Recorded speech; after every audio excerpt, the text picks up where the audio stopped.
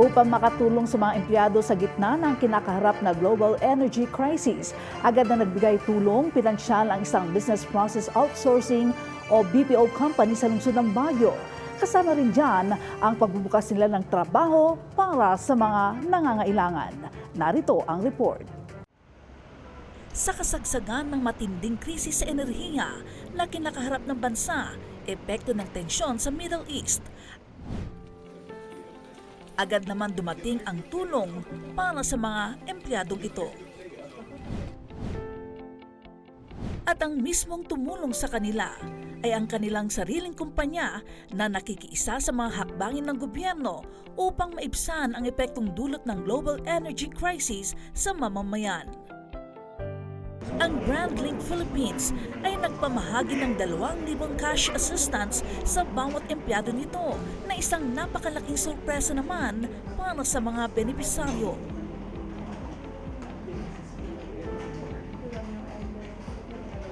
That was given by Sir Jack, our CEO. Suddenly, it was just announced in our communication group chat that Sir Jack was giving those 2,000 to all of his employees. So that's one thing that we are extending to our employees and to us as well. So it's really a great help. Bukod dyan, hindi na rin problema ang transportasyon.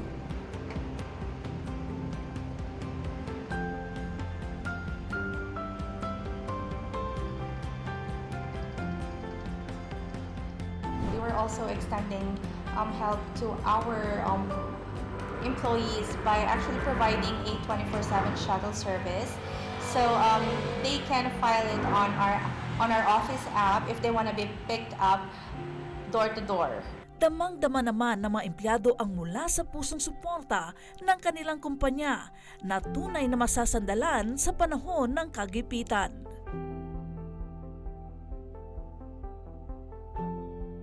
Hakbang na nagpatatag pa sa kanilang relasyon sa kumpanya na itinuturing na nilang pamilya. The 2,000 pesos was really helpful considering na may crisis po. Everything was going up po.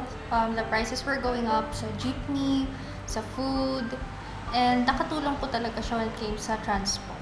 Hangad din ng kumpanya na mabawasan ang unemployment sa mga barangay ngayong krisis, kung kaya't alok nila ang trabaho para sa mga nangangailangan. So we are extending our hiring to all of those people who doesn't have work and has the capability to be employed here at BrandLink. One, even though you don't have any BPO experience, as long as you have a good communication skills and it is workable, we are welcoming you here at BrandLink. Ang mga makukuha sa trabaho ay maisasailalim naman sa masinsinang workshop upang mahasa ang kanilang communication skills. Kabilang sa mga hinahanap ng kumpanya sa trabaho ay ang mga may background sa technology tulad ng computer science, computer engineering, at iba pa. Ang BrandLink Philippines ay mayroon ng 2 sites sa Baguio, 2 sa Tarlac City, at satellite office sa Maynila. Ang bahaging ito ay hatid ng BrandLink Philippines.